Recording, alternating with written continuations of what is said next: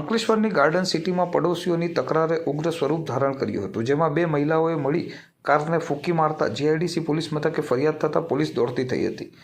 અંકલેશ્વરની garden સિટીમાં રહેતા કૌશિક મહિડાએ તેમની કાર ઘરના આંગણામાં પાર્ક કરી હતી। આ દરમિયાન બુધવારે રાત્રે પડોશીઓએ આખો વિસ્તાર માથે લીધો હતો। બે મહિલાઓએ પહેલા પડોશીઓને માર માર્યો હોવાની ફરિયાદ કરી હતી, તો બીજી તરફ રાત્રે કૌશિક મહિડાએ સીસીટીવી પોલીસને સોંપી તે મહિલાઓએ તેઓની કાર સળગાવી દીધી હોવાની સામે ફરિયાદ કરતા પોલીસે તપાસ શરૂ કરી હતી। ફરિયાદમાં સોસાયટીમાં રહેતી પલ્લવી પાટીલ નામની મહિલા સામે આક્ષેપ કરવામાં આવ્યા છે।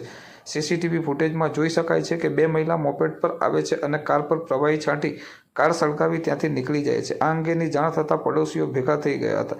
બાદમાં ફાયર ફાઇટરો દ્વારા આગ ઉપર કાબૂ મેળવવામાં આવ્યો હતો। સ્થાનિકોએ મહિલા સામે હેરાનગતિના પણ આક્ષેપ કર્યા હતા।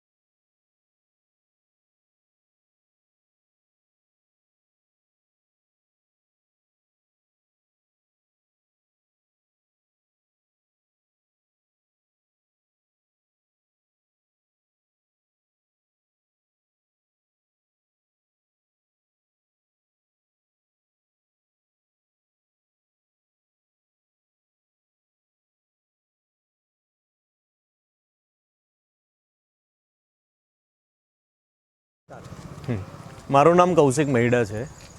મેં જ્યારથી ગાર્ડન સિટી 308માં રહેવા આવ્યો છું ત્યારથી અમારા ત્યાં આગળનું ન્યુસન્સ પલ્લવી પાટીલ અમને ઘણું હેરાન કરે છે અને બે દિવસ પહેલાં અમારી જોડે મારામારી કરી હતી અને મારામારી બાદ આજે અમે એટ્રોસિટીનો કેસ દાખલ કર્યો તો અમારી ગાડીને સળગાવી દેવામાં આવી છે અને પરિવારને જાનહાનિ કરવામાં આવેલ છે। આની ફરિયાદ અમે લોકોએ એફઆઈઆર કરી છે। રાત્રે 3 વાગે અમે લોકોએ પોલીસ સ્ટેશનમાં એફઆઈઆર પણ કરેલ છે અને પોલીસને પણ જણાવેલ છે। ઘટનાના કોઈ સીસીટીવી પુરાવા છે? ઘટનાના સીસીટીવી પુરાવા પણ છે અને પોલીસને બી જાણ છે।